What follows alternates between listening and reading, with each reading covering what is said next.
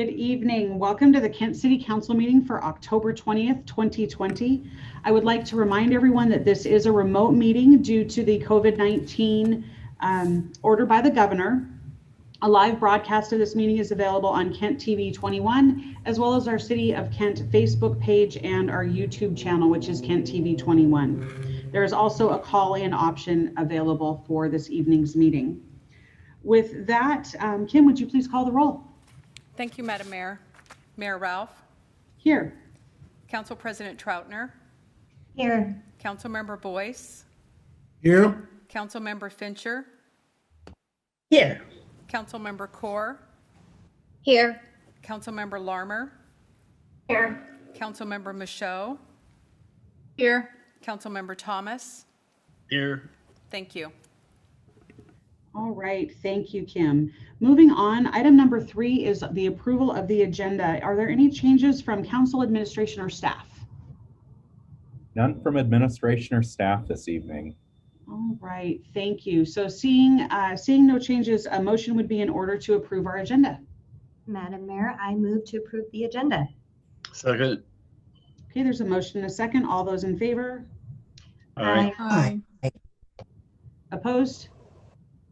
All right, motion carries and agenda stands as published. Item number 4 on our agenda is public communications. We have a couple of items under public recognition this evening, and then we've got some community events and our public safety report. I will start with item number 1, and it is an introduction this evening. So for those of you in our listening audience, want to talk a little bit about our contractual relationship we have with the Puget Sound Regional Fire Authority. The city contracts with them for services, fire marshal services, and emergency management. Tonight, it is my pleasure to introduce the Puget Sound Regional Fire Authority Deputy Chief Aaron Tyerman, who oversees both of those, emergency management and the fire marshal services. He has been appointed by Chief Morris as the official liaison between the RFA and the City of Kent. So with that, I'd like to turn it over to Deputy Chief Tyerman to introduce himself and say hello to the council. Thank you, Mayor Ralph. I appreciate it. Most of you I have the pleasure of already knowing, but just a brief introduction. My roles are exactly as you stated, Madam Mayor, with Puget Sound. So I started out here in King County. I worked for 20 years for King County Medic 1 as a paramedic, and then took over as the fire chief in Maple Valley in early 2017. And then through a contractual agreement with Puget Sound Regional Fire Authority and Maple Valley Fire merged together. So I came over to assist Chief Morris and took a deputy chief role. I've had the privilege of working throughout the organization. I'm excited to represent the city of Kent through the RFA, and I'm just looking forward to increasing my relationships with all of you.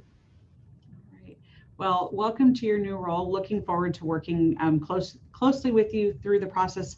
We had a chance to speak with Deputy Chief Tyerman, or meet him at our leadership meeting on Monday. So welcome, and like I said, look forward to working with you. Thank you so much, Madam Mayor. I appreciate it. Thank you. All right, the next item on our agenda is a proclamation for Pediatric Interim Care Center, or PIC. I'm going to go ahead and read this proclamation, and then we'll talk a little bit about PIC and why, as a community, we should be so extremely proud of the work that they are doing. So the proclamation says, whereas the Pediatric Interim Care Center, or PIC, was founded in 1990 as the nation's first interim care nursery for drug-exposed and medically fragile newborns. And whereas PIC provides 24-hour medical monitoring and nursing care to fill the gap between hospital and home for infants recovering from prenatal drug exposures or other medical difficulties, offering a format of withdrawal that combines high-quality medical management with therapeutic handling in a home-like atmosphere. And whereas PIC's pioneering program also facilitates visitation for families, provides caregiver training, provides training and support for families in the care of infants to help ensure long-term success, follows the babies after they leave, and offers a range of community outreach and education services.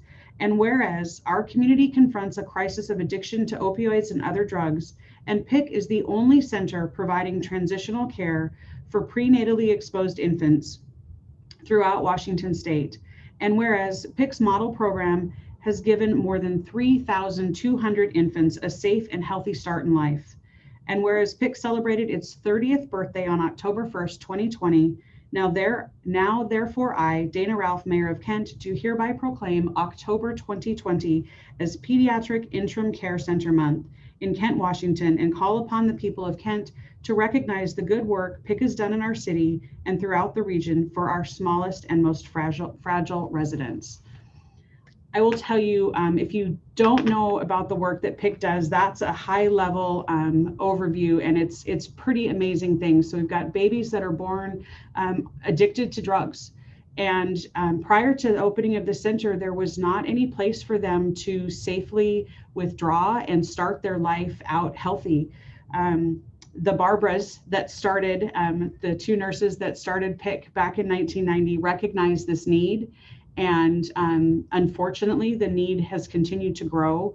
They have been able to, like the proclamation said, serve over 3,000 families. I had the opportunity last week to go and personally deliver the proclamation and visit PIC and see some of the babies that are there, tiny little babies with volunteers that are taking care of them and showing love for them as they go through what's a very difficult thing for them as they go through withdrawals. The thing that stood out to me is there was a mom there who was spending time with her baby, and the mom is receiving services and being able to also provide for her newborn through the services at PIC, and it's very, very heartwarming. So just as a little plug for this organization, they generally have a large fundraiser in May that they were not able to hold because of COVID. And then they have their walk for the babies in October. I strongly urge our community to take a look at what this organization does and support them, because it's amazing work, and they are one of a kind facility that is located right here in Kent. Okay, with that, we will move on to community events. Council President Troutner, do you have any events? Thank you, Madam Mayor. With Halloween just around the corner, the city and Kent Station are co-hosting a fun and safe alternative to trick-or-treating for you and your family. Join us on Saturday, October 31st from 3 p.m. to 6 p.m. at the Haunted Boulevard, a free drive-through Halloween event with candy, gifts, and of course, City of Kent masks. Dress up in costume, roll the windows down, and drive through the haunted houses where you'll get a bag of goodies, enjoy all the decorated trunks and booths. And this is at the Cecil Shower Center. So hope to see you there. Thank you, Madam Mayor. All right, thank you. Any other community events? Okay, I'm not seeing any hands raised. I do want to give our council and our residents a little update. If you think all the way back to 2019, we talked a whole lot about the lunar rover. It seemed like that was something that was going, that we were celebrating a lot, and we had gone through our King County landmarking process. King County landmarked the lunar rovers that are on the moon, and waiting for our Washington State landmark. So I want to let everyone know this Friday there will be a virtual public meeting in front of the Washington State Advisory Council on Historic Preservation to determine if the city will be granted a historic landmark designation for the lunar rover vehicles that were built here at the Boeing Space Center and used in the Apollo missions 15, 16, and 17.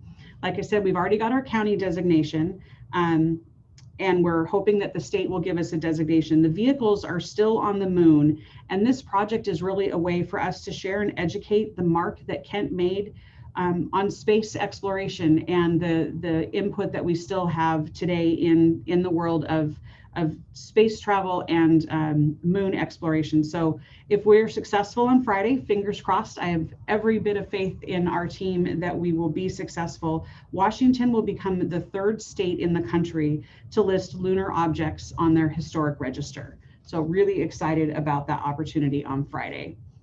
I will definitely make sure to report back after we have that hearing. All right, with that, we are going to move on to our public safety report this evening, and joining us is Chief Padilla. Good evening, everybody. Mayor Ralph, members of the City Council, it's my pleasure to bring you tonight's public safety report. Kim, if you could, thank you for doing the slides. If we could get to the first slide, please. There we go. We'll start tonight's report by announcing a swearing in of our newest corrections officer, and that would be Officer Michael Goodman. Michael is a resident of Washington, has lived here all his life, moved around a little bit, but currently lives in Graham, Washington. He has 2 Bachelor's of Science degrees from Pacific Lutheran University, one in chemistry and one in physics, with an emphasis on the physics. And before Kent PD, he worked as a field engineer for an air emissions testing company. When we asked him why he chose Kent, he said he wanted to work for a smaller department. And after looking around, he decided that the culture here was one that he wanted to be a part of and was a good fit for him. Michael enjoys hunting, fishing, riding his motorcycle during his off time, and then working with and training his dog. So we would normally do this swearing in, as you know, in front of a live audience, and we'd all be able to celebrate and participate in that. But due to COVID, we did it yesterday. Mayor Ralph was gracious enough to come down to our jail facility. That's the picture there of her swearing him in officially. And so we gave him those honors yesterday. We just wanted to say publicly, congratulations to Officer Goodman, and welcome to the KPD family. Next slide, please, Kim.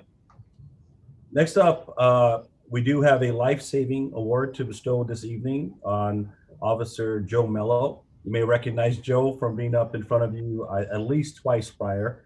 This is not his first life-saving award. He's got a knack for this. So I'll read you the incident on what happened. So back on August 27th, 2020, Officer Mello responded to a CPR in progress in which a 40-year-old woman was experiencing a medical emergency.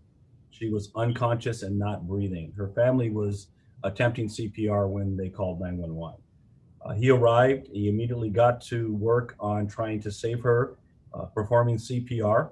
He did so for a little over a minute and was able to get her breathing again, but that didn't last, and she stopped breathing for a second time. He applied his automated electronic defibrillator, his AED, which advised that a shock was not necessary. Then he started the process all over again, went back to CPR, and was able to get her back breathing again and kept her alive until advanced life-saving medical personnel could arrive and take over. Eventually, the woman recovered and was transported to a local hospital for additional examination and treatment. One of the things that was notable there, I don't know if they were her grandchildren, but there were small children present, as well as the female's daughter, adult daughter, was there, and they were pretty shooken up, as you can imagine. Joe was an outstanding community-oriented officer, and he took the time to sit down with them, have a conversation, assure them everything was going to be okay, and check on them for their welfare. So wanted to take a moment. Again, we normally do this in front of everybody, but it's important to remember, and we just wanted to congratulate Officer Joe Mello for his efforts that led to the saving of this woman's life. So congratulations to him. Next slide there. Thanks, Kim. So we just got the latest third quarter report from the King County Prosecutor's Office on the shots fired data. And so we were presented this on October 8th at the Chiefs Association meeting. And so I wanted to share with our community some of the regional information and then follow that up by getting to some of the specific items for Kent. So just as by way of reminder, the primary goal of the shots fired data was to look at the epidemic of shootings in King County, applying a public health lens and approach to the issue. When it started back in 2016, the prosecutor's office partnered with 7 originating agencies. I'm very proud to say that Kent was one of the first. So we were one of the pioneers, which we've talked about data and how that can be a challenge at time. We don't have the analytics, which is why they got the grant funding and they took this over. So since that time, most of the agencies in King County have started to participate, putting data into the system. And what you have here represents about 90% of all the shootings in King County. For a full report, if you go to the King County Prosecutor's Office website, you can locate the full report there. Next slide, please, Kim. So this first slide here speaks to the public health approach. The process is right there. I don't know how well you can read that, but it starts with gathering and analyzing the data, which is put in by all the agencies, looking at what the impacts are from a public health perspective, identifying the known risk and then the protective factors. Known risks include things such as social networking, education, whether or not a person lives in a high crime area. Many factors go into that, education, et cetera. And then the next step there would be to work with those most affected to design and implement and evaluate appropriate interventions there. On the lower side, we start looking at who is being shot, who are the victims of this, and why are they being shot if we can determine that. From there, we take it to how can we work, both law enforcement and the communities, to prevent future shootings. So that's the model that's been in place since 2016. Next slide, please, Kim. Now, part of this slide did not make it for public viewing, so I'll go over the data here. So in 2020 so far, we've had 61 homicide victims in the county. 211, in addition to that, 211 people that were victims of shooting but were not fatal, and 272 total combined victims in every aspect. So outside of that, above that, a total for all the incidents in King County is 804. What didn't make it for the Zoom meeting here is there's a graph over the side that records the shootings per year on a chart and their trajectory. And if you could see it, what you would see is 2020 is outpacing all prior years, including 2017, which was a record year, unfortunately. So next slide, please, Kim. Oh, I guess you just had to click it again. So if you see there, it's hard to see, I'm sure, depending on what you're looking at for technology, but the top orange line represents 2020, and you can see the trend line is higher than previous years there. All right, thank you, Kim. Next slide, please. So the data also looks at, King County's data looks at the victims' demographics. And so, can you click one more time, Kim? I think it'll bring up the other, there we go. So looking at some of the demographics, you can see here, 74% of the victims are people of color, non-white, and 53% are Black or African-American, as noted in the data.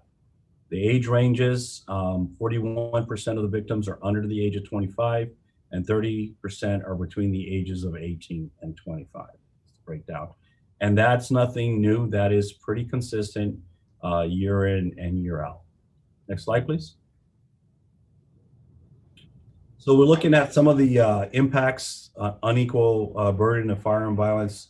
It's hard to see, I know, on a tiny slide, but what we're looking at on the left there is the dots represent all the shooting locations, and the darkness of the color represents the greater number of people below the poverty line.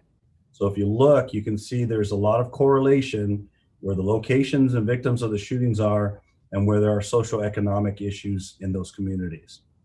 On the slide to the right, it overlays both the shooting locations and looking at what the area's concentration for high school graduation. And as you can see, there's also a correlation there with indicators of risk for being involved in shooting that related to education. So we've known for years, a lot of this is driven by the socioeconomic challenges that we still deal with every year. Thanks, Kim. Next slide, please. And I know this one is impossible to see, but the data there, all the little pin dots are representative of each of the cities. Kent happens to be the lime color green in there. And what we see in this is that 56% of the total shots fired incidents and 54% of the shooting victims were from outside of Seattle. And I will tell you that represents largely South King County. That is actually better than it has been in prior years. At one point, South King County outpaced per capita the number of shooting incidents of Seattle. That's changed some. I think it's going to continue to change for a little while more. And then the bottom part there, it just shows that some agencies are down in King County for the 3-year average, but most agencies are up anywhere between 15 to 161%. Kent specifically is up near 43% from 2019. All right. Next slide, Kim. And then Kent specific data. So the data we give to county is incorporated. I had our crime analyst crunch some of the numbers for us. And here's what it looks like for Kent. You can see that We had 2 homicides this year thus far. That's not up, which is good. But people hit. So the next one, the yellow line there, injuries. We've had 26 people hit that fortunately were able to survive being shot. A lot of that's a credit to quick response times and getting medical aid to them right away. 24 incidents of property damage so far this year, and 41 where we had calls for shots fired. We didn't have property damage or people hit, but we did find evidence such as, shell casings, or witnesses who said there definitely were shots fired. So fortunately, nobody hit in those. For a total of 93. If you look across the board there, we're trending higher now, and we're worried about surpassing the 2017 numbers. Hopefully that doesn't come to fruition. Next slide there. So this looks at specific to Kent, race and age of victims. In this particular slide, if you look, the common, let's see here, let me pull up my notes here so I can make sure I'm speaking correctly. So in the past 3 years, we've identified 171 different shooting victims. 84% of them were males, 16% were females. The breakdown of the victims by race. So our Black community members were victims 50% of the time. White community members were victims 22% of the time. Hispanics represented 20%. Asians were victims 6% of the time. And Pacific Islanders represented being victimized 1% of the time in the shootings. So as you can see by looking at the graph, at least I hope you can see, the vast majority of the shootings victims were of ages 18 to 24, followed by the second group, which was 25 to 29 years of age. So next slide, please, Ken. Then we look at the breakdown of the shooters, race and age of suspects. So we were identified 175 different suspects in those shootings we talked about prior. Of those, males represented 95% of the shooters and females 5%. And the breakdown by race, suspected shooters, 47% were Black community members, 15% were white community members. Hispanics represented 27%, Pacific Islanders 6%, and Asians came in at 3.5%. So the makeup of those numbers from 100, that we didn't put the numbers in for the other, what we would categorize as other races in that. So the vast majority of the shooters fell within the ages of 18 to 24, and then followed again by the age range of 25 to 29. So mirrored the demographics of the victims pretty close. So next slide, please, Kim. And then I get a lot of questions about what are the types of locations. We have our shootings, and so this slide represents the top 5 locations. Far and away is single family residence at 37.97%. Multifamily apartments or mobile homes come in at 28, almost 29%. And then you have intersections. So we have shootings at major roadways that came in just under 18%. We have some retail businesses just under 10%. And then bars and nightclubs come in right at about 6%. So those are the top 5 locations for shootings to occur in the city of Kent. All right, next slide, please, Kim. And then lastly, to finish out my report, I wanted to highlight the incredible work being done by our special investigations detectives and our patrol staff, our patrol officers, in the realm of prevention and intervention of human trafficking. So I have said in prior reports that we are one of only 2 agencies in the county that funds a human trafficking victims advocate. And that's vital because our officers come across victims and they're very reluctant to take help, or it's very difficult to get them out of the lifestyle. Having a victim advocate that works with the police but is not a police officer has been huge in making the breakthrough and getting these victims out of the horrific life. So that's been something that's been going on. We rescue more victims of human trafficking than most any other department in the region, and that's been consistent over the years. It's a priority for our department. We received this graphic here a couple of weeks back from the King County Prosecutor's Office, and I think it really illustrates and drives the point home. The graph you're looking at represents the arrests we made on the buyers of sex, the Johns, if you will, in the region. This isn't all the cities involved in the study, but if you look there, Kent more than doubles anyone else in terms of arrests made in this area, including Seattle PD. So we hit nearly 70 arrests last year.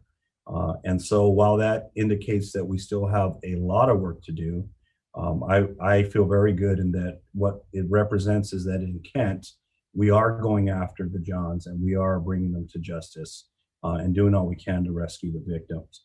I want to be careful in that it looks like Kent has more issues than anyone else. I assure you, everybody in the region has the same issues.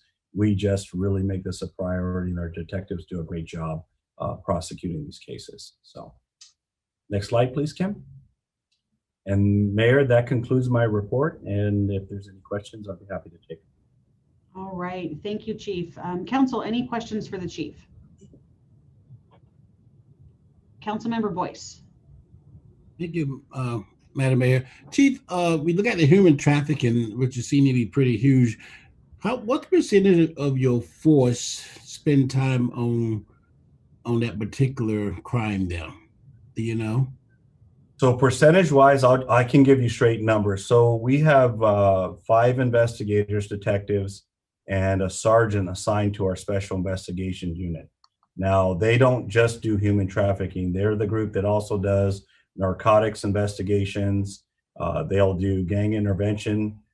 They'll do a multitude of things, but one of the major things they do is human trafficking. So we have them. They do that part-time. And then we have several officers trained on the street that recognize victims of human trafficking, and they take intervention at the street level. So, you know, if I was going to give it a percentage, Councilmember Boyce, probably less than 10% of all our resources go to that. Thank you, Chief. Councilmember Fincher. Thank you, Madam Mayor. Chief, I appreciate the report and the information out. I was just this weekend talking to someone who's a Kent resident, and we got on the subject of trafficking, and she thought that that only happened overseas with people being brought into the country, not realizing that this happens with our people right here, our women, our young girls, some of our boys and men also. But thank you very much for this report, including this in your report tonight. You're welcome. All right, any other questions for the Chief? Okay, seeing no hands. Thank you very much for the report this evening, Chief. All right, good night. Good night. Okay, we are going to move on in the agenda now to item number 5, which is reports from council and staff. It's an opportunity for our residents to hear about some of the work that our staff and council members are doing outside of the council meetings or the committee of the whole meetings. All of our council members serve on additional committees. I will start tonight with a brief report on some of the things that some of the meetings that I've attended in the past few weeks that are of importance to our community. The first one, I attended a work meeting of the King County Cities Climate Collaboration, or K4C. Kent is one of 17 cities that has partnered with the county to work on climate, air quality, and environment, doing things like outreach, looking for solutions, setting benchmarks, and sharing best practices. So it was a fantastic meeting. Kent joined K4C in 2018, and we are definitely committed to that mission. In addition to that, I had a really interesting call. Former Governor Christine Gregoire provided an invitation to a collaborative group stretching from Vancouver, British Columbia, all the way down through Portland, and talking about connecting the Cascadia corridor. So things like high-speed rail that connects Canada all the way through Oregon, and how we can develop communities in those areas where stops would be, and developing opportunities for people to live in a smaller community or someplace out of the very urban areas and still be connected to employment and services in those large cities. Definitely an interesting conversation, and I'm positive this is a wave of the future. We've been talking about that high-speed rail corridor and that connection for quite some time, and there's a lot of folks working on that. So we will stay tuned to that conversation. Today I was on the South King County Area Transportation Board meeting, and that is a group of South End cities. We actually met with all of the transportation boards, so East Side as well as the Seattle North End Transportation Board, and received presentations from Sound Transit, the work that they are doing and their current budget issues. Just like everyone else, they are stretched but continuing to move projects forward, as well as a presentation from Metro. Finally, as president of Sound Cities Association, I get the honor of representing Kent at many regional meetings, making sure that our voice is heard, and that honestly the 38 cities outside of Seattle have a seat at the table. In the last few weeks, we've had meetings with the King County Executive. We held a call today with the governor's office, and then continue to connect as cities to make sure that we're sharing all of the best practices and ideas that we've got going on in the region, and just helping to support cities, especially in this time. So it's a great honor to be able to represent Kent as the president of Sound Cities Association and attend those meetings. With that, I will turn it over to our Chief Administrative Officer, Derek Matheson. All right, thank you, Mayor, and good evening, everyone. I wanted to share a few schedule updates here. Next Tuesday, October 27th at 4 p.m., we have our Committee of the Whole meeting. And then that same evening at 5 p.m., or at the conclusion of the committee meeting, the council will have another budget workshop as it continues to make decisions. The goal remains for the Council's Committee of the Whole to recommend the budget to the full council on November 10th, and for the full council to adopt it on November 17th. Tuesday, November 3rd is of course Election Day, so we'll have no workshop that evening, but by city ordinance, the regular city council meeting will start at 5 p.m.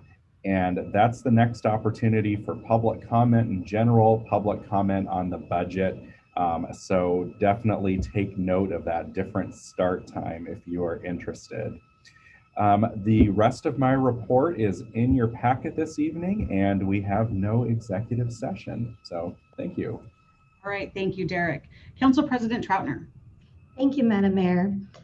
We had our budget discussion again during workshop today, and as you heard Derek Matheson say, we will be having that discussion again next Tuesday. So if you're interested in watching that, that's available online. I sit on the Regional Transit Committee. We will meet tomorrow. I am also on the Regional Law, Safety, and Justice Committee, and we do not have a meeting in October. I know that Councilmember Thomas will talk about the RFA, but I just want to take a moment to talk about something fun that happened last week. The Puget Sound Regional Fire Authority had their awards presentation on Friday afternoon, and congratulations to all the winners, but especially congratulations to Aaron Boyce, who was presented with Firefighter of the Year. He happens to be the son of Councilmember Boyce, so congratulations to all of you. Great job.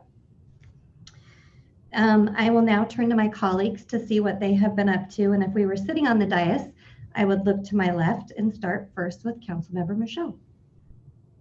Thank you, Council President, and also congratulations, Aaron. That's super exciting.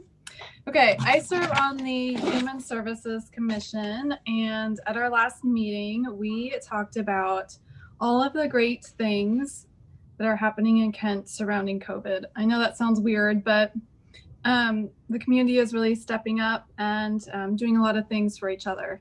So we talked about the I Love Kent group, who kind of connect volunteers with community organizations. We talked about the Frosty Village at Showware, handing out food.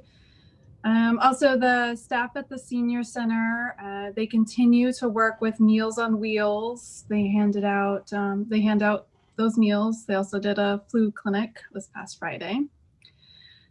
And then we also talked about the grant making process that the Human Services Commission goes through, and the Human Services Department is going to hire a consultant to further examine and review the funding process, just to ensure that it is as equitable as possible. This process this time, we had a consultant talking to us about equity and ensuring that it was equitable, but now we're going to review that and make sure.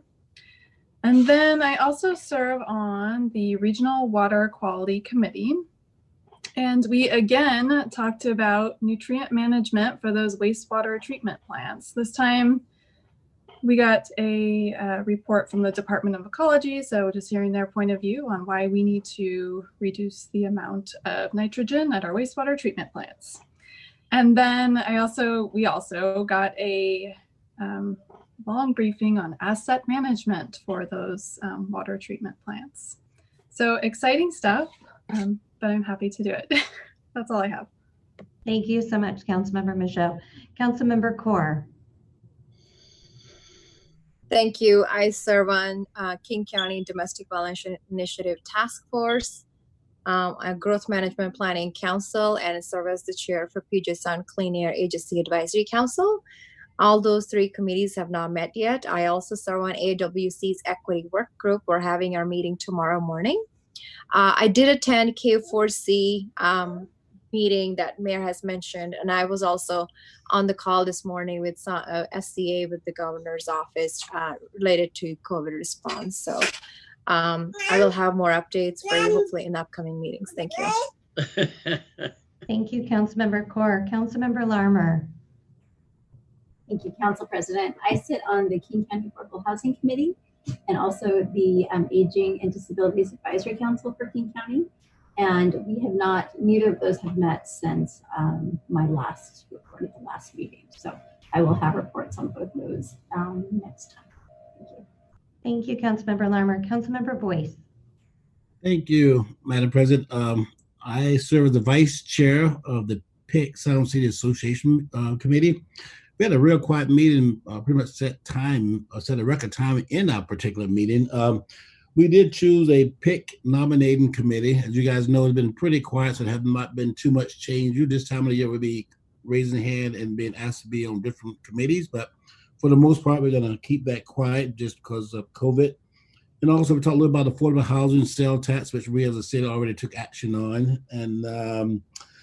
And we also looked at our legislative agenda. So I'm not sure if you guys have seen that. If not, I'll get a copy out of the Sound City Association legislative agenda out to you as well, too. So that was about it. We had a pretty quiet meeting. Thank you, Madam President. Thank you, Councilmember Boyce. Councilmember Thomas. Thank you, Council President. I sit on the Puget Sound Regional Fire Authority along with Council President Troutner and Councilmember Boyce. The biggest thing going right now is that we have a very special time tomorrow. It's at 3:30. Normally we meet at 5:30, but tomorrow is very special. It's a virtual Zoom meeting, and if you need to find out more about it, it's 253-856-4300. So again, 3:30 tomorrow, RFA. Thank you. That's all I have. Thank you, Councilmember Thomas. Councilmember Fincher. Thank you, Madam President. For our Arts Commission, the replacement flags were installed yesterday. I drove by as they were replacing those. The old flags were pretty tattered, and these are the ones that are by the big letters that spell out Kent down by the golf course down at Meeker and 516 or Kent Des Moines Road. Kent Creates has a new theme, so there's a new contest that has started. Runs through the end of the year, December 31st. And the theme is 2020 Silver Linings. So again, just like with Councilmember Michaud's committee, looking at the positive aspects, positive things that have come out of this year. We've had plenty of bad and negative. So there are some good things in just recognizing those. So any way that you can interpret that, whether it be through dance, through music, through art, through whatever you do that you consider creative, go to kentcreates.com and post it there. For King Conservation District, we have a new 5-year ILA, the interlocal agreement. It's pretty much we have a good number of new committee members also. So the executive director hunt is on, and Sound Cities Association, SCA, will be involved in that. but the KCD committee will meet, and if I didn't say that's King Conservation District, but KCD will meet no less than 4 times a year. Could be as much as monthly, but that will be decided once the new director is on board. And that's the only other committee meets next week, and that is MED, the Mental Illness and Drug Dependency Advisory Council. And again, that's Thursday, day after tomorrow. I think it's the 4th Thursday. So that is this week. Meeting coming up. That's it. Thanks. Thank you so much, Councilmember Fincher, and thank you to all of you for sharing today. Madam Mayor, that ends our reports. All right, thank you very much. Before we move on to item number 6, our public hearings, I do want to congratulate Councilmember Kaur. We found out this week that she has earned her advanced certificate in municipal leadership through Association of Washington Cities. So that's participation at the state level. We talked about Councilmember Troutner earning hers, our Council President Troutner earning hers. I think Councilmember Fincher has her certification as well. So really proud of the work that our council members are doing. And the Advanced Certificate of Municipal Leadership is the highest level of award that AWC that you can earn through that certification process. So congratulations to Councilmember Kaur. Madam Mayor, you are putting pressure on me, so I feel I need to go get mine as well. Thank you. I would highly recommend it. I've also earned both of them, and it's AWC, or Association of Washington Cities, puts on extensive training, and I think it's a great place to learn and to advocate for our city. And I encourage all of our council members to check out their workshops. So yeah, congratulations, Councilmember Kaur. Ask Councilman Boyce if he's received his life-saving certificate. All right, we are going to move on to our public hearing. We have multiple public hearings this evening. The first one is the second public hearing on the 2021-2022 biennial budget. The process will be staff will give a presentation, and then I'll invite the public to provide testimony, written statements, or other evidence. Public input must relate to the subject of the public hearing. Council members, remember that you can ask questions during this hearing. If you're here to testify on this matter or present written statement or evidence, I would ask that you have signed up with the clerk. We're in a weird time with COVID and these virtual meetings, so I know that a lot of you on this call tonight are here to speak to the budget.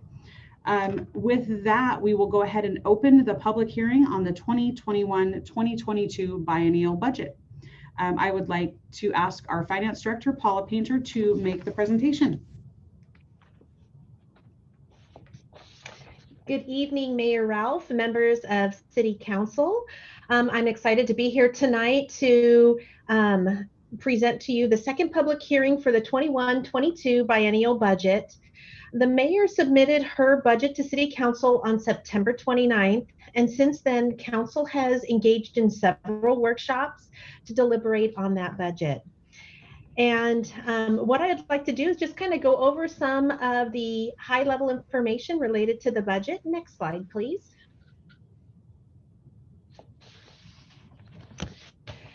Some of the revenue assumptions that went into the 21-22 budget, primarily focusing on the general fund, that is our largest general government fund, talks about some of the increases in revenue. What you'll see is 1% property tax increase, along with new construction of about $150,000. You're going to see some decreases in our sales tax, and in some of our state shared revenue. And this is the result of our annexation. As you know, we received annexation funding that sunsetted midway through this year. So going into the next biennium, we will be seeing reductions in sales tax that related to the annexation, as well as state shared revenue that actually belong in other funds. We're technically not losing that revenue.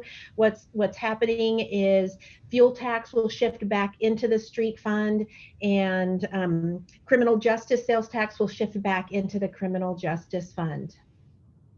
The utility tax reduction you see there is the result of a net of our recording that directly into our capital resources fund instead of receiving it into the general fund and doing a transfer out to the criminal justice fund. It's a little bit cleaner, a little bit more straightforward and easier to track that revenue stream that way. In 2022, you will see modest adjustments to the revenue projections as outlined there in the column to your far right. Next page, please. For expenditures citywide, we did apply a 1% COLA for our AFSCME non-reps and our KPOA unions. That is what CPI was for the year. Our CPI was also adjusted for our Teamsters in accordance to their contracts they had negotiated. We did have some increases in our Department of Retirement Services, our systems contribution rates, and so those did increase slightly, as well as contributions in our medical premiums and 2% increase to supplies and services. Next slide, please. When we start looking at the overall biennial budget by types of fund citywide, you can see we have our beginning fund balances, our estimated revenues, expenditures, and projected ending fund balance. And just so you know that what you're seeing in each of these columns for revenues and expenditures, this is the total for the entire biennium. So it's approximately, it's not always 50-50 split for each of the years, but that does include both years of the biennium. Next slide, please. And then finally, when we talk about our staffing levels, within our general fund, there is only one position that has been requested, and that is the equity manager position. Then within our IT department, there are 2 term limited positions, one of which would expire at the end of 2021. So there you see the reduction in 2022 for that term limited position. And then in our public works department, at the conclusion of our maintenance contract, we have, instead of contracting work out, we would be adding 2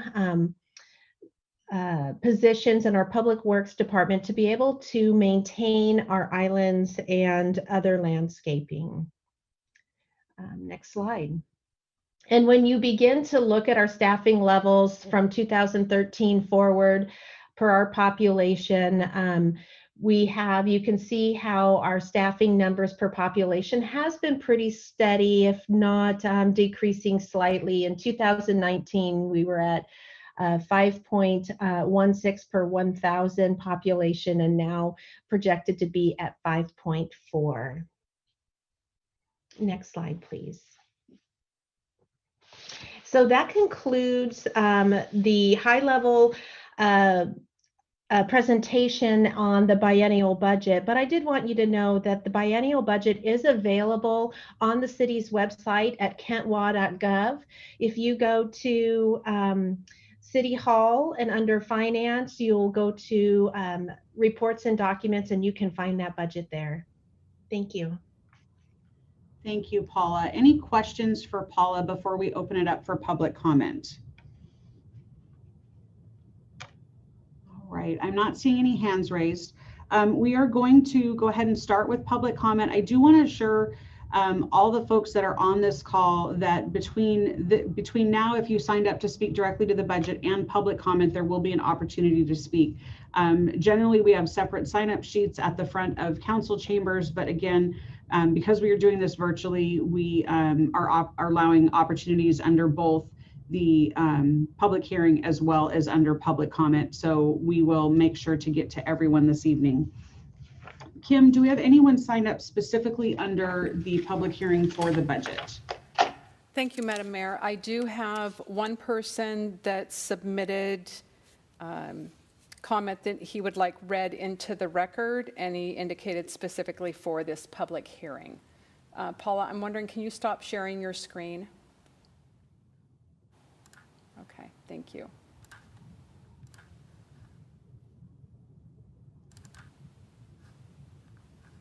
So this first comment is from Tim Brown. He's a Kent resident. He refers to himself as the Trail Man.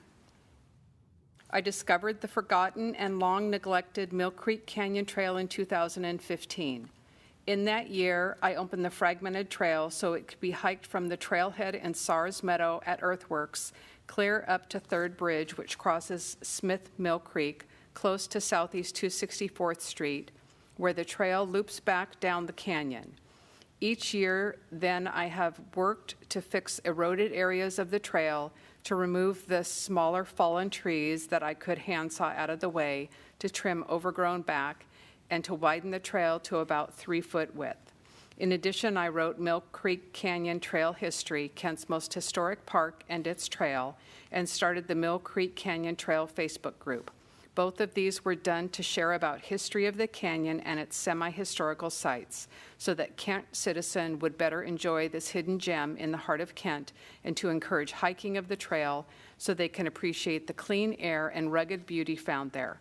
Nowhere in Kent or the surrounding communities is there a trail like this. For far too long, this treasure has been forgotten and neglected, and finally, Mayor Ralph has boldly stepped up in her proposed 2021-2022 biennial budget to correct that. Her $1.5 million budget for the cleanup and revitalization of the Mill Creek Canyon is desperately needed. She proposes to remove all homeless encampments, to clean up all trash and debris, from which will improve conditions for the deer and other animals that live there, to repair the trails in the canyon, to add other improvements, and encourage positive use of the Mill Creek Canyon. This proposal by the mayor is lauded by those who love Kent parks. I strongly encourage the City Council to approve and support Mayor Ralph's proposal and make this park what it was always intended to be since 1968.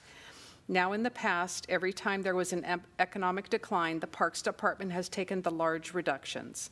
And when good economic times return, the Parks Department has been given the smaller percentage of restoration of its funds. The result of this is that right now the Kent Parks Department is operating on a 2008 budget level, 12 years below where it should be. It wasn't that long ago that Julie Paris-Gondola, Parks Director, presented this information to the Mayor and City Council in a workshop. When she gave that presentation, every one of you said that it was deplorable and needed to be corrected. Well, now is the time to keep your words and take the right action. Now is the time not to slash the parks budget, but to keep your word. Therefore, I strongly urge you to approve Mayor Ralph's $1.5 million budget proposal for the cleanup and revitalization of Mill Creek Canyon and to improve increased park budget. Please do not turn your backs on the Parks Department again. That is the only comment that I've received. All right, thank you, Kim. I do want to remind everyone that I know we've got a number of people signed up under the public comment section of the agenda. Because I do believe that some of those comments will relate to the budget, I would propose that Council provide a motion to close the public hearing at the end of public comment. Council President Troutner, do you have a motion? Thank you, Madam Mayor. I move to close the public hearing automatically at the end of the public comment period. Second. All right, I've got a motion and a second. All those in favor? Aye. Aye. Aye. Opposed? All right, motion carries, and the public hearing on the 2021-2022 biennial budget will close automatically at the end of public comment. We will move on to our second public hearing this evening. We will now hold a public hearing on the 2021-2026 Capital Improvement Plan. As with the previous public hearing, we will hear a presentation from our Finance Director, Paula Painter. Council, you will have the opportunity to ask questions, and then we will ask for any public comment on the capital improvement plan. With that, Paula, I'll turn it back over to you. Thank you, Mayor Ralph. Next slide, please. So this is the second public hearing on the city's 21-22 capital improvement plan. The Capital Improvement Plan is a required component of the Growth Management Act, which was passed by Washington State Legislature in 1990. To meet the requirement, the city creates a 6-year capital improvement plan. The plan states the recommended financing methods and the projects that would meet public facility needs required to maintain established levels of service. The CIP is adopted by ordinance and updates the city comprehensive plan. The first 2 years of the plan are included in the 2021-22 biennial budget. The expenses match the projected resources throughout the 6 years. The information can be found on this in the budget book, which is on the website. If you go to page 69 of that, you would be able to see more information. The spreadsheet that you see in front of here is showing you the source of funds that would be used in order to fund the various types of projects as outlined on this slide. Thank you. Right. Council, any questions for Paula? All right. Kim, do we have anyone signed up to provide public testimony, or have any written documents been submitted? Not for this public hearing. Okay, then with that, a motion would be in order to close the public hearing. Thank you, Madam Mayor. I move to close this public hearing. Second. All right, we've got a motion and a second. All those in favor? Aye. Aye. Opposed? All right, motion carries 7-0. We will move on to the third public hearing of the evening, which is on the property tax levy for the 2021 budget. Again, Paula will give a presentation. Council will have the opportunity for questions, and then we'll determine if anyone has signed up for public comment. Back to you. All right, thank you very much. So this is the first public hearing on the 2021 property tax levy. The property tax is assessed by the King County Assessor's Office. You can see on the screen some estimated numbers for 2021 and 22. We have not yet received our preliminary paperwork from King County with these numbers. So what you're actually seeing are some estimates, and we anticipate receiving some numbers here real soon from King County. As you can see, the assessed value is about $23.99 million for 2021 and $25.2 million in 2022. What you can see there is the general levy rate continues to decrease. We do have a cap of 1% increase that we are allowed to levy each year. But as values of homes go up, it does end up resulting in a lower rate for each of those years. With a median house value in Kent at about $381,000, and this is per the King County Assessor's Office, that would mean that for the Kent's portion, and remember when people pay their property tax, they are paying more than just the Kent's portion, but for the Kent's portion, the cost for a median home would be about $524, excuse me, in 2021 and $532 in 2022. Now, the implicit price deflator for personal consumption expenditure is a figure used to measure inflation, and it can impact how property tax revenue of a jurisdiction can be collected in any given year. The inflation rate for 2019 to 2020 has been reduced to 0.6%. This means that the City of Kent will need to adopt an ordinance of substantial need in order to receive the full 1% as allowed by statute. It has been past practice for the City of Kent to adopt that ordinance of substantial need, and the 2021-22 budget has been based on that 1% increase in property tax. And do you have any questions? Any questions for Paula? All right, Kim, do we have anyone signed up to speak or any written comments submitted? I do not. Okay, with that, a motion would be in order to close the public hearing. I move to close this public hearing. Second. All right, we've got a motion and a second. All those in favor? Aye. Aye. Opposed?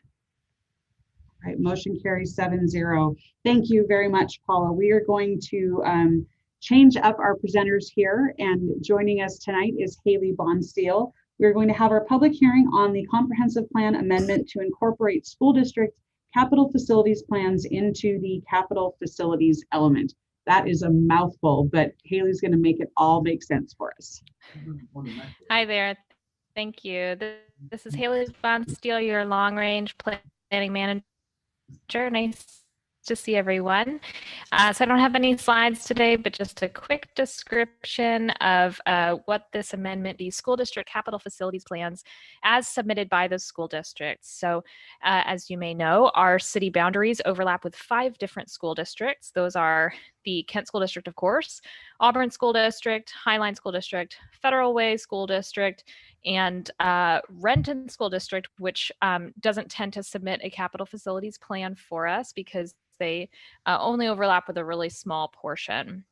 So this year, additionally, Highline School District did not submit a capital facilities plan, and that is likely because last year they reported declining enrollment and did not request impact fees for the first year, as long as at least I've been aware of our relationship with them. So we only have 3 school district capital facilities plans that we're considering this evening, and those are Auburn, Kent, and Federal Way.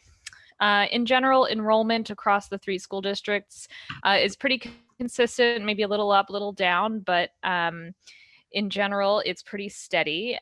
All 3 school districts are working through construction projects related to the bonds that they passed in 2016-17. And so you may see construction projects going on around town. Those are probably paid for through those bonds, as well as some impact fees. And this past year was the first year that school districts were required to be compliant with the legislature regarding classroom size. So all of the school districts in their plans are sort of continuing to grapple with how to accommodate that classroom size requirement. So I'll just tell you a few quick things about Kent School District in case that is interesting as our main school district that we have overlap with. Kent School District is projecting a sort of slow decline in enrollment. Construction is ongoing for the new elementary school, which is in the SeaTac boundary, and for a new academy facility at the old Panther Lake Elementary site. We actually anticipated a bigger update to the capital facilities plan this year based on last year that they had sort of projected that they would do that, but it didn't happen. They still only raised the impact fees by an inflation rate versus recalculating them. So we'll continue to assess those fees. And as you are likely aware, we have a maximum fee for multifamily that both Auburn and Federal Way School District have tripped. So both of those fees would be in the $16,000 some dollar range per multifamily unit, but instead we've capped them at the closer to $9,000 some dollar range. So with that, I'm happy to take any questions and answer anything that needs answering. All right, thank you, Haley. Council, do you have any questions? All right, I'm not seeing any hands raised. It's good to see you this evening, Haley. Kim, do we have any speakers signed up for this public hearing? I do not. Okay. With that, a motion would be in order to close the public hearing. I move to close this public hearing. Second. All right, there's a motion and a second. All those in favor? Aye. Opposed? All right, motion carries, and the public hearing on the school district capital facilities plan, adding them into the capital facilities element, is now closed. We have one final public hearing this evening, and it's the comprehensive plan utilities element amendment. And joining us is our interim public works director, Chad Biennial. Good evening, Mayor, Council. Thanks for having me. This is kind of a house cleaning item with regard to the water system plan, which Council adopted at the end of 2019. We need to adopt it into the capital facilities plan and needed to wait throughout the summer. The Department of Health needed to approve the plan before we could make a motion on it. So it's just simply a housekeeping item from our point of view. That's it. Any questions for Chad? All right, seeing none. Kim, do we have anyone signed up to provide public comment? I do not. Okay, with that, then a motion would be in order to close the public hearing. Madam Mayor, I move to close this public hearing. Second. Second. All right, I've got a motion and a second and a second. Any discussion on that? All right, seeing none, all those in favor? Aye. Aye. Aye. Opposed? All right, motion carries 7-0, and the final public hearing for this evening is now closed. We will move on to item number 7 on our agenda, which is public comments. This is an opportunity for the public to provide comment to the City Council. Want to remind everyone that they have 3 minutes to speak. If you could state your name and city of residence for the record before you provide your comments. There's also an opportunity to submit comments in writing, and our clerk, Kim Komodo, will be reading those comments this evening. And also want to remind people that this council is not in a position to engage or answer questions. This is really an opportunity for the public to provide input to them for further decision-making processes. So with that, I am going to turn it over to our city clerk, Kim Komodo, to start off the process of public comment. Thank you, Mayor. I have 6 people signed up to speak tonight, and then I have multiple comments to read into the record. The first speaker is Randall Smith.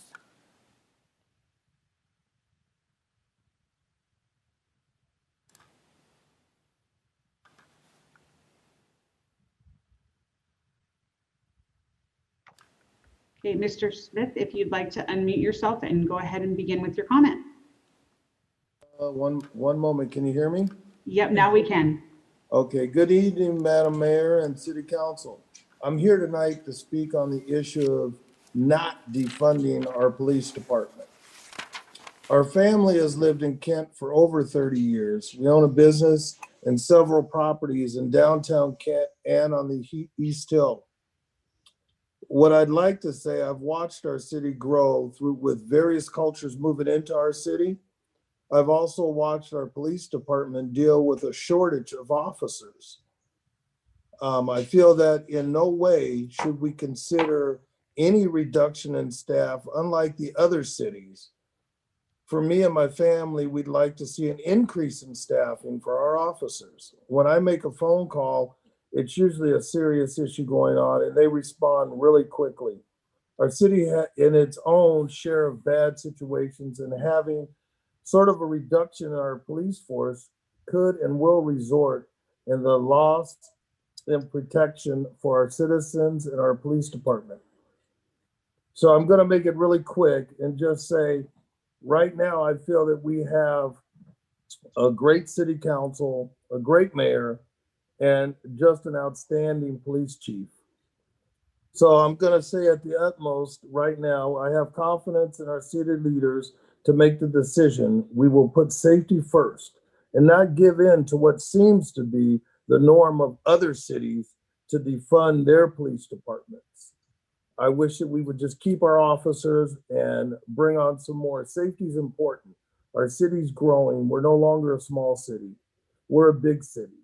And I ask that our city council just take that to heart and look at the people around us. Let's keep them safe and let's keep our stats low. Thank you very much. Thank you. Yes. Our next speaker is Jenny Fang. Good evening, everyone. Good evening, Mayor, council members. My name is Jenny Fang, and I'm a resident as well as an alumni of 13 years in the Kent School District. I'm here tonight because it is well past the time for racial equity, and because y'all still have the chance to change the budget to reflect that. First, you should answer the calls to invest in Black, Indigenous, and people of color communities. You can do this by investing in a participatory budgeting process. Participatory budgeting is a transparent, people-powered process that centers the communities most impacted by oppression. In addition, you can fund existing youth-focused organizations, suggested with $4 million in 2021 through the reallocation of police funds. There are plenty of organizations in Kent that provide mentoring, social and emotional support to BIPOC youth, and they are in place to support youth through completing their education and to protect them from being pushed through the school to prison pipeline. I know that public safety is a concern of every member of this community. So I would urge you to please consider, when you dismiss both local and nationwide calls to defund the police, that your responsibility as our elected officials is to ensure public safety for all members of the community. You say that the police are here for safety, but why is it that when BIPOC communities are coming to you and saying that they do not feel safe in Kent and that they do not feel safe around the police, the concern of safety disappears? Research shows that there is no consistent correlation between larger police forces and lower crime rates. However, police forces do target and criminalize BIPOC communities, enforce the school-to-prison pipeline, and exacerbate the existence of poverty in communities. Police arrive at the scene after the fact and don't address root causes. When the vast majority of people going through our justice system qualify for public defenders, that is a sign that we're criminalizing poverty. Council members, you have already received an email from 442 with a detailed budget breakdown, including well thought out initiatives that will allow you to easily revise the budget to reflect these demands. Please read that breakdown, please listen to us, and please follow through on your commitment to racial equity by implementing these demands. Thank you for your time. The next speaker is Emmanuel Cadenas.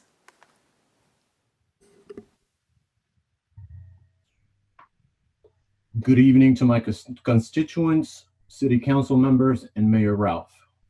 First and foremost, I want to acknowledge that we are on the unceded, ancestral, occupied land of the Duwamish people that are still here and continuing to honor and bring to light their existence and ancient heritage. My name is Manuel Cadenas. Above all, I'm a human being, yet I'm a father, a husband, a teacher, a coach, an advisor, a trained restorative justice circle keeper, a community member, a tutor, and by default, a confident 2000s. I've been an educator for going on 17 years, nearly half my lifetime. However, I've been a brown man my entire life on this planet. Hence, I come to speak to you from both perspectives. As a teacher, I am a public servant. Much like the police, I'm compensated by taxpayer money. I'm paid to edify and uplift. I'm not paid to extinguish fires. Tonight, I come to ask for the same stipulation of my tax dollars from you towards our law enforcement. As an educator, I am witness to not just the potential of our young leaders, but I'm also a firsthand attester to the injustices and inequities of our melanated families that our melanated families endure as they seek opportunities for the up and coming generations. However, even while I exercise my profession, my brown skin and my Spanish surname cannot be taken off and set aside. Instead of financing programs like the SRO, which I've been a target of their ignorance while on campus and wearing badges, I can only imagine what our young kings and queens endure. Why don't we instead allocate funds to overall wellness programs for kids that currently would not even have a nurse in the building they spent countless hours in, only if it wasn't for the pandemic? We need more counselors that actually support and counsel our youth to address their mental health needs, which have increased in the current pandemic. Can SROs do that? Can KPD do that? Lastly, we instead need to subsidize mentoring programs that focus on providing our BIPOC youth with opportunities to lead a much needed change in our communities, much like the young folks of 442 have decidedly chosen to do so. Please invest in community. Thank you. Our next speaker is Komalpreet Kaur Sahota. Members of the City Council, my name is Komalpreet. I'm born and raised in Kent, Washington, having gone through the Kent School District. I am here again demanding the city prioritize the funding of Black, Indigenous, people of color communities in this city.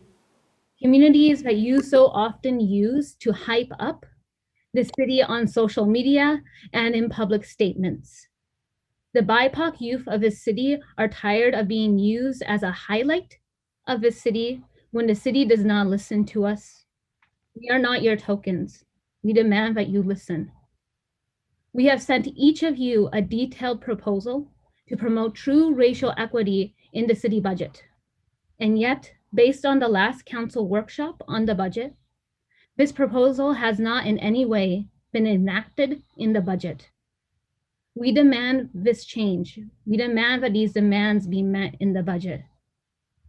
Demands such as investing in BIPOC youth through the reallocation of funding towards BIPOC and youth-centered organizations in the city. Community centers created by and led by BIPOC youth, and funding towards BIPOC healing and mental health spaces throughout the city. We demand a return of power to BIPOC communities in the city through implementing a participatory budget process. This process would center BIPOC communities directly, making decisions on how our money is spent in this city. We as BIPOC communities know how to promote racial equity in our budgets and should be leading the decisions on racial equity, not equity consultants hired by the city and the mayor who has failed to engage with us, the BIPOC youth of the city. How can we trust an equity manager hired by the mayor when she has not listened? Our next demand is defunding the police. The police do not keep our communities safe.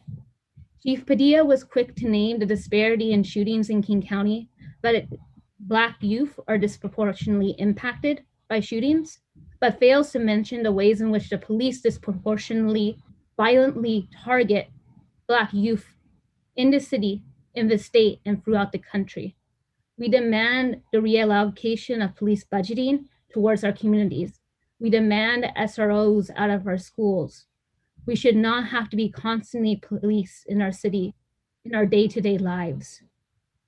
The rest of our demands can be found in your email boxes. We're demanding that you listen, that you come into the space, knowing that we are trying and pushing and fighting day in and day out to keep our communities, the BIPOC communities and BIPOC youth in this city safe. I yield my time. Our next speaker is Raynard Sands.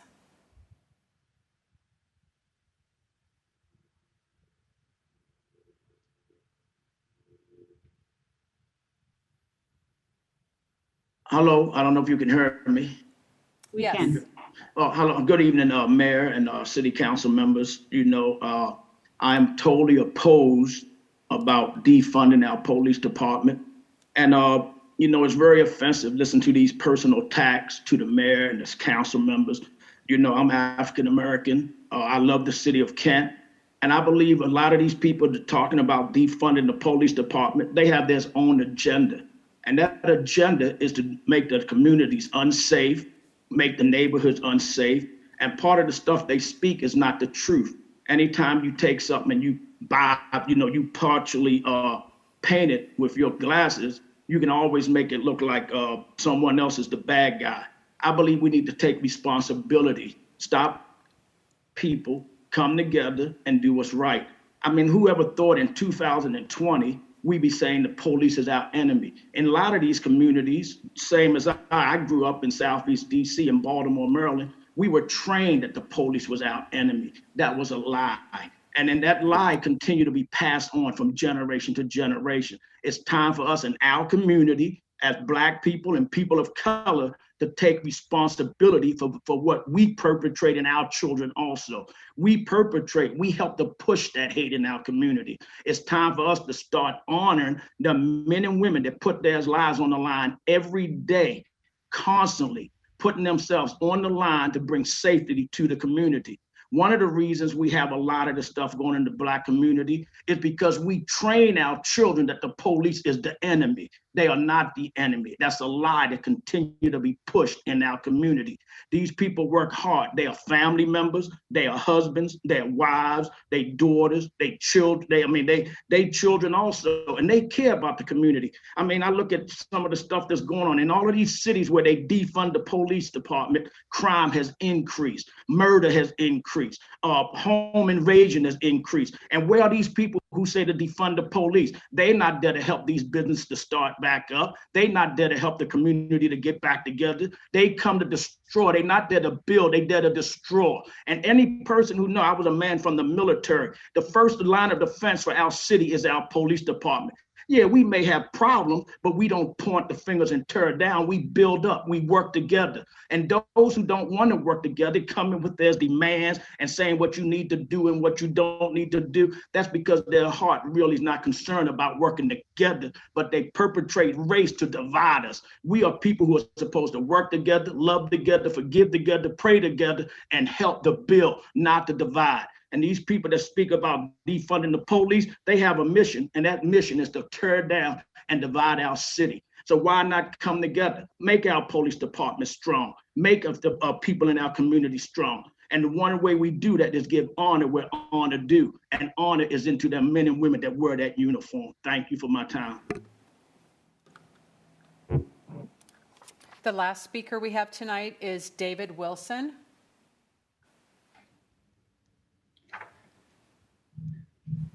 Madam Mayor, President Troutner, council members, my name is Dave Wilson. I have been a resident of Kent for the majority of my life. I've heard that the Kent police budget has come under scrutiny. I have been a taxpayer and a business owner in Kent for over 30 years. While life, businesses, communities, and cities all evolve, so do our police procedures and policies. That, however, does not create a reason to cut funding from the Kent Police. Quite the contrary, it means that we need to increase funding to be able to meet the demand for added training to effectively increase our protection levels and avoid the rise of crime in our city. Kent is a great city. It's full of opportunity and challenges. We have a daytime population of more than 200,000 people. We also live in a time when the current county government refuses to incarcerate those who try to rob, steal, and intimidate our community. I've witnessed these actions. Crime is on the rise, not because our police are bad, but because in some way they are handcuffed by the responses they can give. I think I heard Bill Boyce once say, Councilmember Boyce say in a community member meeting I saw on Kent TV, that if we have bad officers, just like in a bad company, you just get rid of those people. You don't defund the entire police force because of a bad person. You get rid of that person.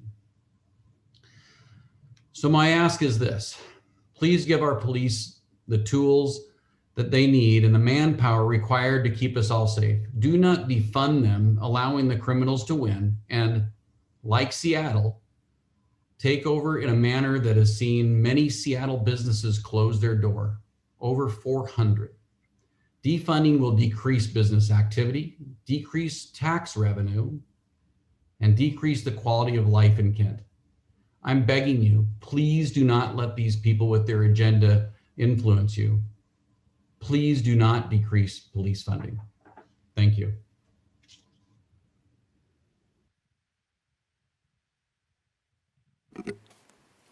So the following individuals also submitted statements: Jessica Liu, Alan Sutliff, Cody Huang, and Ananis, I don't have a last name, Christina Brennan, all of whom are Kent residents.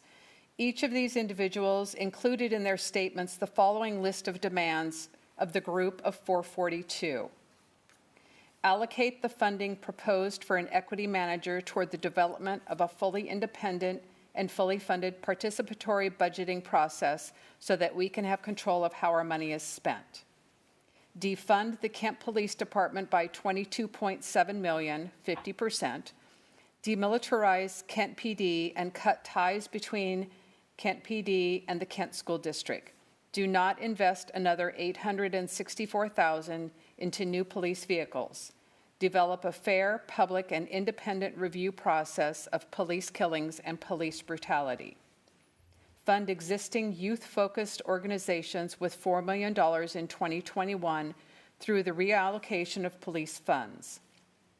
Additionally, fund the development of youth community centers and a decolonized youth curriculum through the city. Invest in an independent BIPOC community-led research towards developing non-police emergency responses rather than funding a co-respondent mental health provider plus police officer response.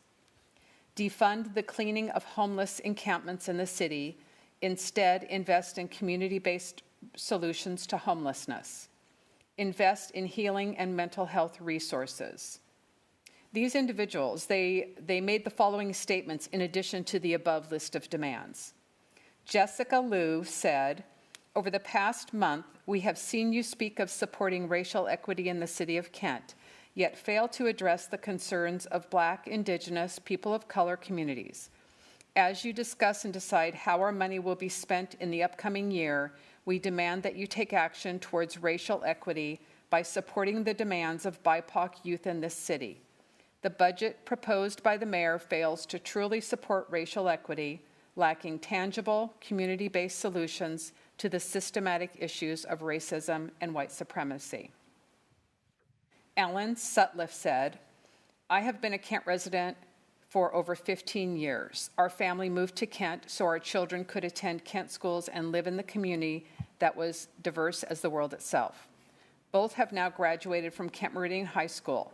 I'm reaching out to you because of the youth of the community, especially Black, Indigenous, and youth of color, BIPOC, are paying attention to our city government in a way I haven't seen before in my lifetime. Over the past few months, following the brutal killings of George Floyd in Minnesota that sparked an awakening, we have seen police departments and city governments try to say the right thing about our BIPOC communities. We have seen in the city of Kent take some small yet promising steps towards focusing on race in city government, but now is the time to be bold. It's time to bring in the BIPOC youth as represented by 442 and well-established groups like the Kent Black Action Coalition to be a genuine part of the budget development. A couple of weeks ago, 442 and other folks who support these young people expressed the need to engage. Instead, the opposite happened, and decisions were made without engaging BIPOC youth in the decisions. On the surface, this likely seems like a positive turn of events, but it comes across as disrespectful to the very communities that we need to be engaging in our collective work in the city. While I personally support all of the demands that 442 has put forward, I also understand that it is probably more than the City Council is willing to embrace. Therefore, I would ask the City Council to prioritize the concept of a participatory budget rather than hiring one single individual as an equity manager. Race and equity work should be the work of the whole city and should involve the community. Please consider and implement as many of these demands as you can see in the coming year. These are solidly positive demands for the community as a whole and especially important for our BIPOC youth. I am especially opposed to the purchase of more police cars that may be allowed to be plastered with the hate symbol that was created as a direct opposition to the movement for Black lives. The blue line flag should not be displayed on any City of Kent property." Cody Hwang's comments contain some profanity, and here's a portion that I can read. "I'm reaching out to y'all because I'm confused. Why are y'all giving the police raises when we got people starving on the streets? Also, comma, the police chief doesn't even know what a comma is, so why does his account have all them commas?" Ananis said, "I was raised by honest people, seekers and speakers of truth. Although the unjustly conquered lands I was raised on are now a memory, I find myself upon new lands founded identically. City official suppression methodologies are outdated. I suggest a new tactic. Be genuine, have compassion, truly empathize with those that you do not understand. Being a good leader is hard because you must actively incorporate all the feedback, positive and negative. There is some truth in everything. I'm reaching out to you because racial equity starts with paying attention. It's unfortunate that that type of payment gets harder to do as personal finances stack." Christina Brennan said, "I'm also a member of the Washington Poor People's Campaign, continuing the work of Reverend Dr. Martin Luther King, Jr., who this country was renamed after. I think Kent is in a unique position to actually live out the values of Dr. King by developing a real plan for racial and economic justice. Fortunately, we have the next generation of young organizers who are doing the same work Dr. King did. Bring out an even more intersectional approach that will benefit us all. I fully support the demands of 442.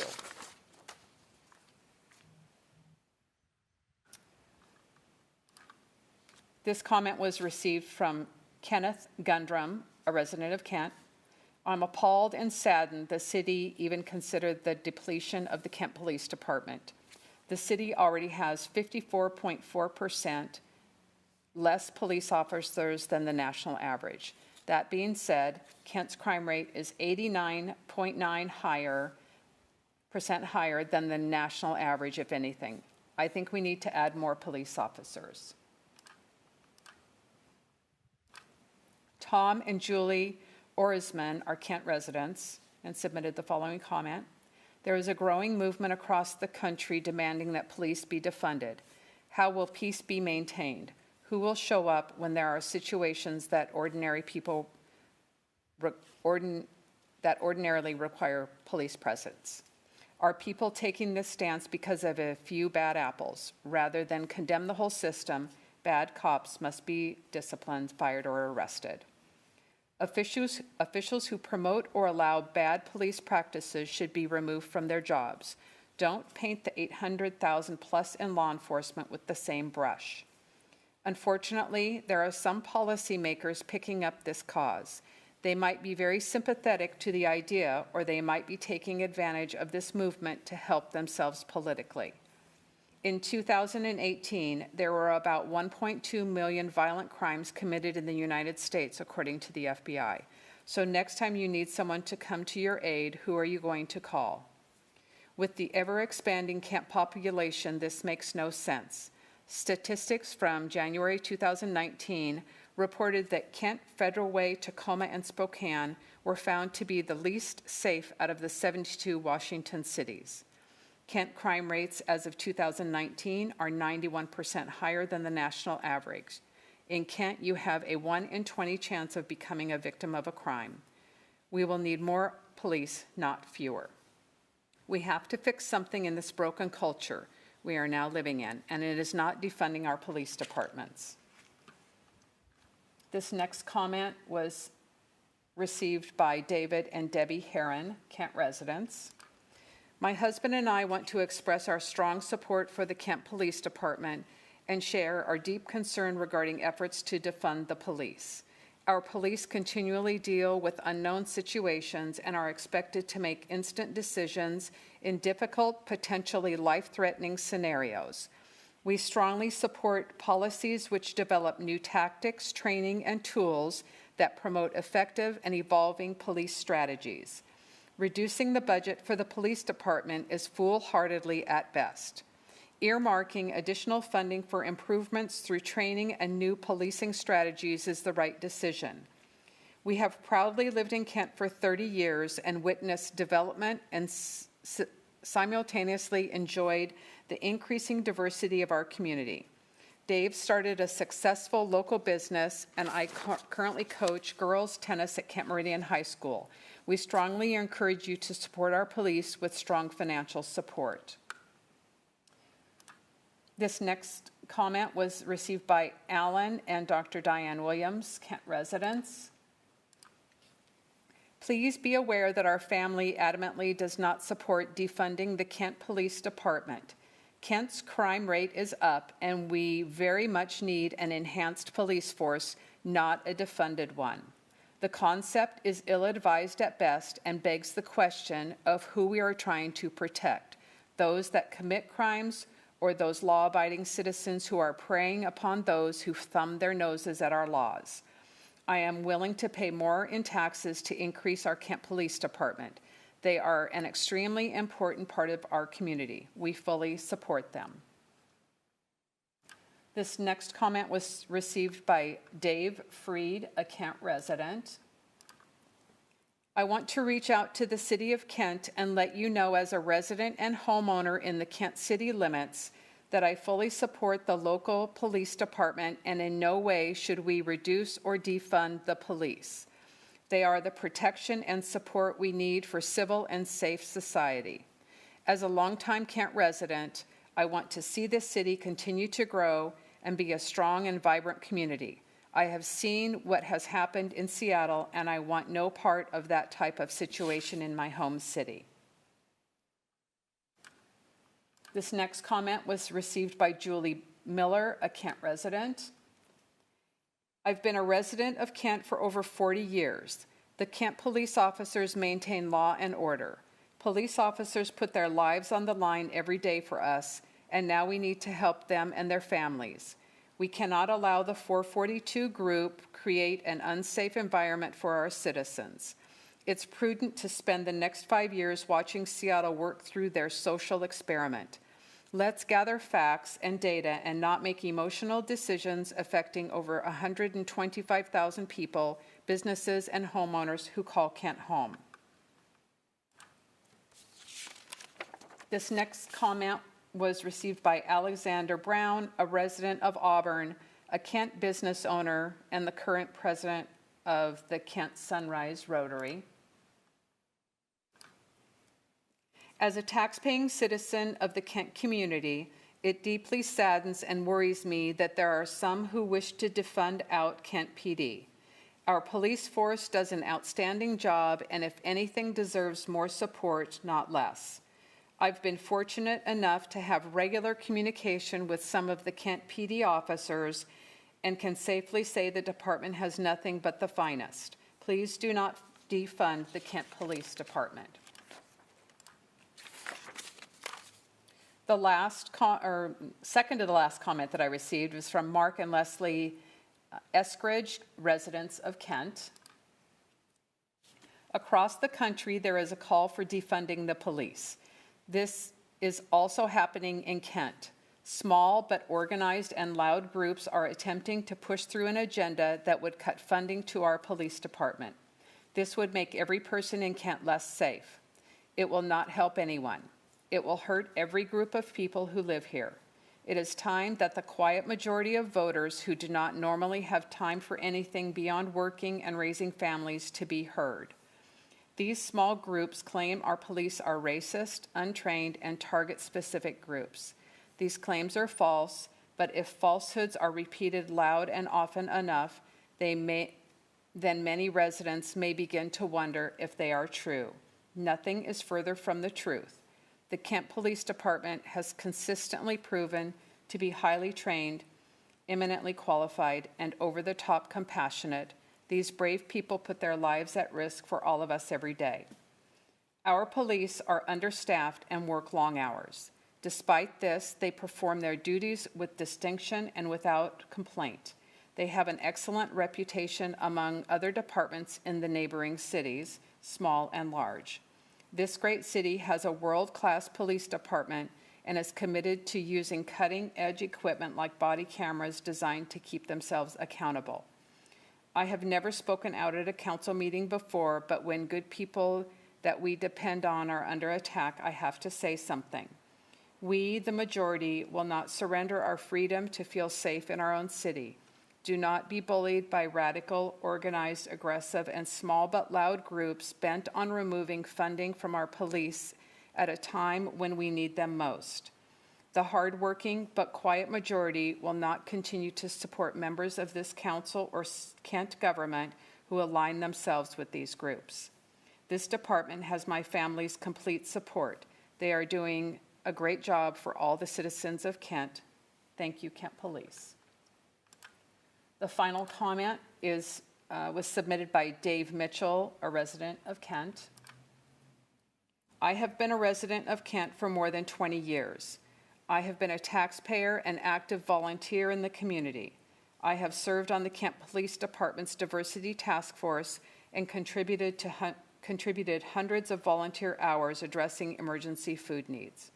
I support the continued funding of the Kent Police Department.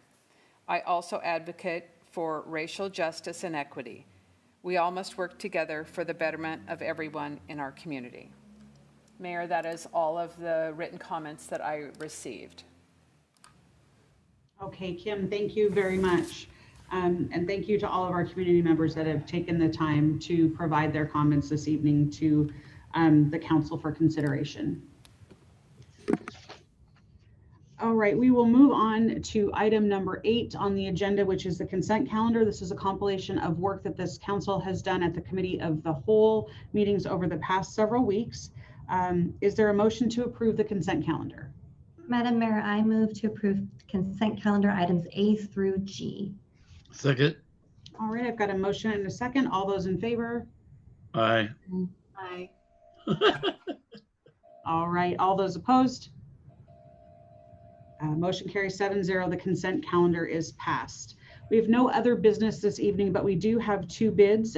Joining us again is our Interim Public Works Director, Chad Barron, for our 2020 sanitary sewer CIPP lining project and our Clark Springs generator and electric upgrade. Thank you, Mayor, Council. Thanks for having me back. Chad, can you hold on 1 second? I'm sorry. Councilmember Fincher, did you have a question? Yes, sorry, I couldn't get the hand raised quick enough.